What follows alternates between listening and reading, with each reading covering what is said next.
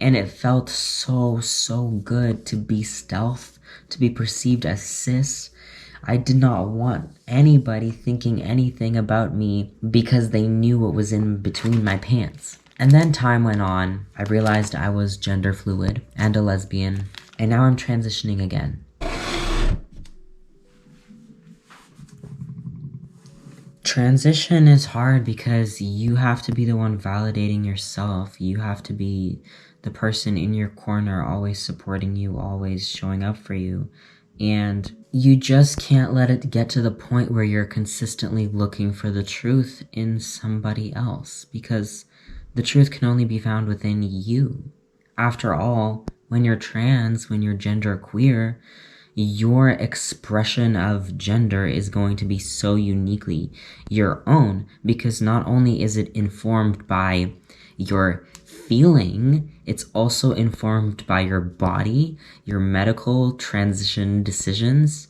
It's going to be informed by your size, by your phenotype, by the color of your skin, by your experiences, by your biology and your physiology. External validation cannot be your guiding light. It cannot be your compass. Gender transition is a lot like life. You are going through an awkward moment. You might be going through an ugly moment. You might be the ugly duckling. The dreams of being a swan feel like they're impossible to reach. But hear me out. Once you reach that goal, it's gonna feel like every day. It is. It is. When I first transitioned, I transitioned to be a guy, right? And I really wanted to pass. I really wanted to not be misgendered, right? That was important to me.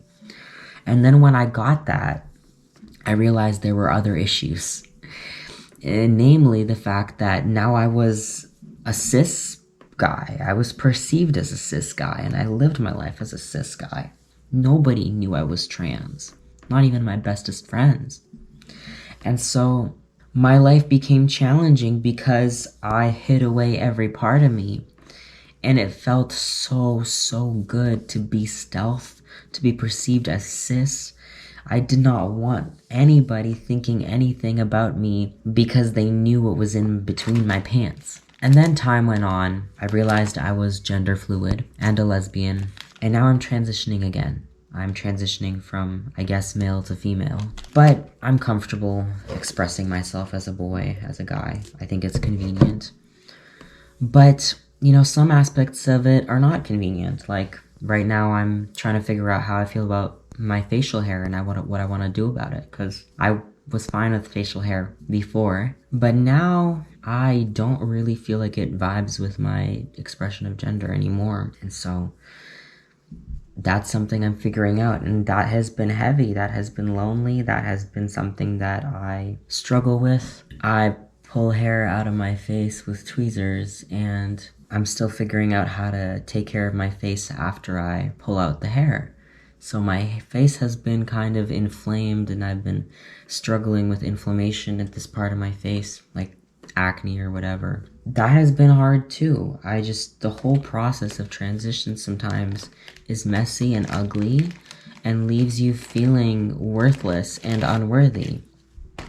And I really hate to break it to you, but you know, I'm not really breaking it to you because you're probably in this reality as well. The fact of the matter is that when you're trans, you're probably the ugly duckling for part of your transition during some aspects of your expression. And maybe the best medicine for you is to lean into that ugly duckling era of your life. At the end of the day, beauty, especially cis beauty, but beauty in general, beauty is so superficial. It is something that is wonderful, but at the end of the day, it is a superficial marker of anything.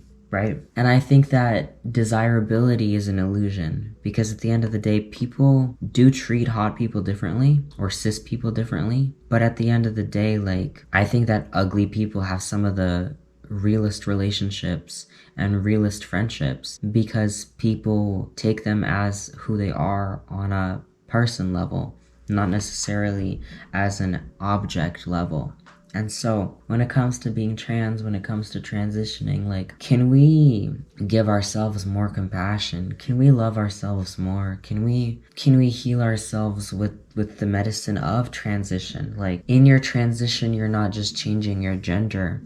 In your transition, you're changing your whole approach to life, because the way that you're perceived as a woman versus a man is going to be different. When I transitioned to be a boy, I got so caught up in passing that I forgot who I was underneath everything. I became the perfect replica of a cis boy. And that was accurate to me for a while, but it was so obvious that that was a cookie cutter replica of a cis white skater boy. I was not that. I was so much more than that. I am so much more than that. And it's not just about gender. It's not just about presentation. It's about how honest you're being with yourself and your life and the people in your life. I'm not really friends with a lot of cis people nowadays, because I don't really feel that it works for me. Actually, I'm not really friends with a lot of cis men. Cis women are fine. But they've got to be queer women.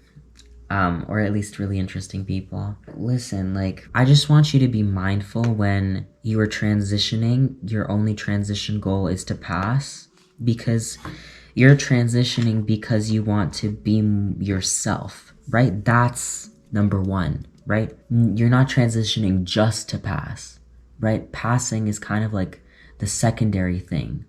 You're transitioning to be yourself. So in your transition, as you are kind of exploring, replicating cisness, right? Please don't forget why you're transitioning in the first place, which is to live more freely and more like you, not more like another girl or another boy. And as trans people, we can get so caught up in how to be a boy and how to be a girl that we forget that at the end of the day, we're supposed to be our girl, our boy, our person, our version of it. And who cares if it doesn't make sense to anybody else? Even cis people don't make sense to other cis people. About transphobia, about people who don't understand you specifically because you are trans. They don't understand you because they don't want to understand you. They don't understand you not because you're trans. They don't understand you because you're living your life in a way that is not preferable to them, and they don't like that. It's not because you are trans. That person probably does not like a whole lot of people because they don't live their life in accordance to how that person would prefer. And you can blame it on anything. Transphobia is just like one thing that people blame. It's just a big word that doesn't mean anything. There is some level of truth to the fact that life is kind of hard for trans people, I guess. That's fair to say. But I don't consider my life to be hard. I consider it to be a challenge. Challenging for sure, and hard for sure, painful for sure, but I don't consider it to be harder than a cis person's, because that cis person's level of pain and pleasure is going to be set at a different set point than mine. It's not a competition. It was never a competition, but we've made it out to be a competition. Some of the ugliest people are the most loved. Some of the poorest people are the most resourceful and the most, flexible. We really cannot wait to be who we are. We can't wait. Don't wait to be who you are. Be who you are right now and let the 3D catch up. You will have an easier time transitioning if you embody womanhood from within and be softer on yourself as you transition. When it comes to being a woman, when it comes to being a man, it's not about a timeline. It's about the reps. Are you putting in the reps to be a man or a woman or a person, the person that you want to be? Embodiment is all about reps. Did you do your voice training? Did you carry yourself, show up in the world like how you want to show up in the world, even if it's just in your room? It's all about the reps. It's all about a deep study of your own character and how you want to show up. And part of that is experimentation. Part of that is showing up honestly and authentically. Part of it is being the ugly duckling. But at the end of the day, like, a person with an experience is not at the mercy of a person with an opinion. What does that mean? It means that when you've experienced and tasted authenticity, your real power, which comes from authenticity, you're not going to be swayed by somebody with an opinion on your gender or your presentation. It does not matter what anybody else thinks of you, but it is so important for trans people to really internalize that, because transphobia is an excuse for hatred. Transphobia doesn't mean anything. You are living your life in a way that somebody wouldn't prefer. That's all that transphobia is. It's just judgment, and people have called it something. That's like how if I judge somebody for eating mac and cheese, but I don't like mac and cheese, and I called it mac and cheese phobia. It sounds stupid. It sounds so stupid. And I do understand that transphobia is a reason for hate crimes, but I also understand that because of the internet and because of how the world wants us stuck in cycles of anxiety and depression and loneliness, so much of our fear is blown out of proportion. So much of our fear is blown out of proportion. So depending on who you are, depending on where you are, there will be different limitations. But I promise you, so much of your suffering can be flipped, seen in a different way. Just think about how much of your suffering comes from the fact that you don't let yourself be all of you. You're the first to judge yourself. You're the first to judge others. You're the only one judging because you are God. God is within you. God is not without you. So do not go searching for God, for the answers, for the truth, for your truth outside of you. Always, always come back home and ask, who am I when the lights turn off? Who am I when I'm not performing? Who am I when I'm just real and me and raw and authentic? And must I keep performing for all the things that they tell me I need to keep performing for? Must I keep performing for love? Must I keep performing for money? Must I keep performing for anything?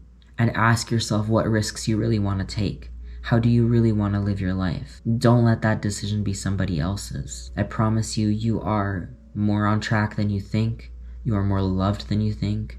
You are more worth it than you think. Keep going, keep loving, keep living, keep breathing, and don't give up. Never give up. So yeah, just wanted to share a bit of wisdom, a bit of where I've been, what's been on my mind. I love you guys a lot, and I know that if I feel something so deeply in my soul, then somebody else feels it too. And to anybody that judges or hates, are they not allowed to have that judgment and that hate? Are they not allowed to experience me however they want to experience me? Is that not something they're allowed to do? Who am I to say how somebody should live their life? I don't want to live my life judging people endlessly, but if somebody else wants to do that, who am I to stand in their way? Please judge me. Please hate me. Please reject me, because I have already chosen myself. And that's the kind of medicine that if you take anything away from this video, take that.